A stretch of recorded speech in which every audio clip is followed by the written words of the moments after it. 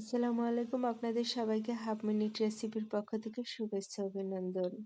আর এটা হচ্ছে বড় তেলাপিয়া মাছ। অনেকেই তেলাপিয়া মাছ খেতে পছন্দ করেন না, কিন্তু তেলাপিয়া মাছ হচ্ছে জান্নাতি মাছ। আর এই তেলাপিয়া মাছটা অনেক বড় ছিল, 400 টাকা দাম নিয়েছে। আমি অনেক দিন আগে বলেছিলাম বড় তেলাপিয়া মাছ খেতে হয়তো গন্ধ লাগবে না, কারণ আমি মাছে যদি গন্ধ আসে সেটা আমি খেতে পারি না। পরে মিমুর বর এই মাছটা কিনে নিয়ে আসছে, মনে রেখেছে তারা। আমি বড় তেলাপিয়া মাছের কথা বলেছি। তো কিনে নিয়ে এসে সুন্দর করে তারা হাজব্যান্ড ওয়াইফ সুন্দর করে মাছ ওয়াশ করে দিয়েছে। আর আমি হচ্ছি এমন মানুষ, মাছ মাংস করতে পারি না, আমার ভীষণ ভীষণ গন্ধ লাগে, এজন্য আমার খাওয়া হয় না।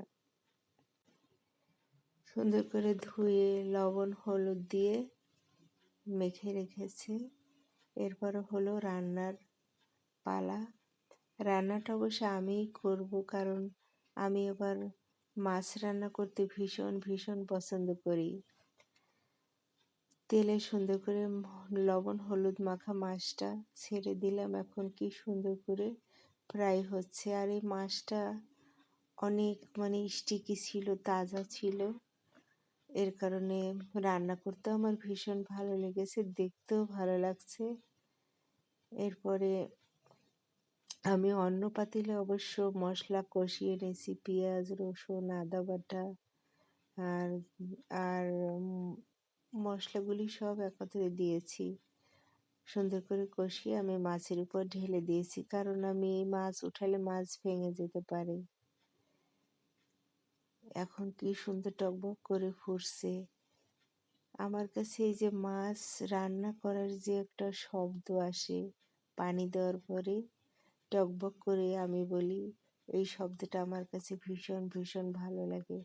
তখন আমি তাকিয়ে থাকি, এত সুন্দর স্মেল আসে, ভালো লাগছে আমার কাছে। আমার এখনই জিভে পানি এসে গেছে, আমি কখন খাবো কখন খাবো ভাবছি, কারণ মাছ আমার এত প্রিয় এত প্রিয়। মাছ রান্না করলে আমার কাছে আর কোনো তরকারিরই দরকার হয় না। আর আমি চাই, আমি তো 3 বেলাই ভাত খাই, কোনো একবেলা আমার প্লেটে একটু মাছ থাকুক। যখন মাছ থাকে না তখন মনটা ভীষণ খারাপ হয়ে যায়।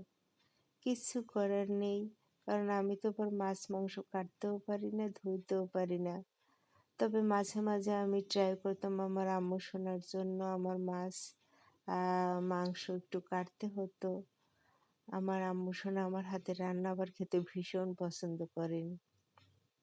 দেখুন কত সুন্দর কালার হয়েছে, আর ধনেপাতা দিলে 200 গুণ স্বাদ বেড়ে যায়, এজন্য আমি কিছুটা ধনেপাতা দিয়েছি।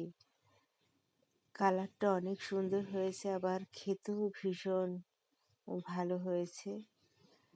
আর আপনারাও খাবেন, ভালো থাকবেন, সুস্থ থাকবেন।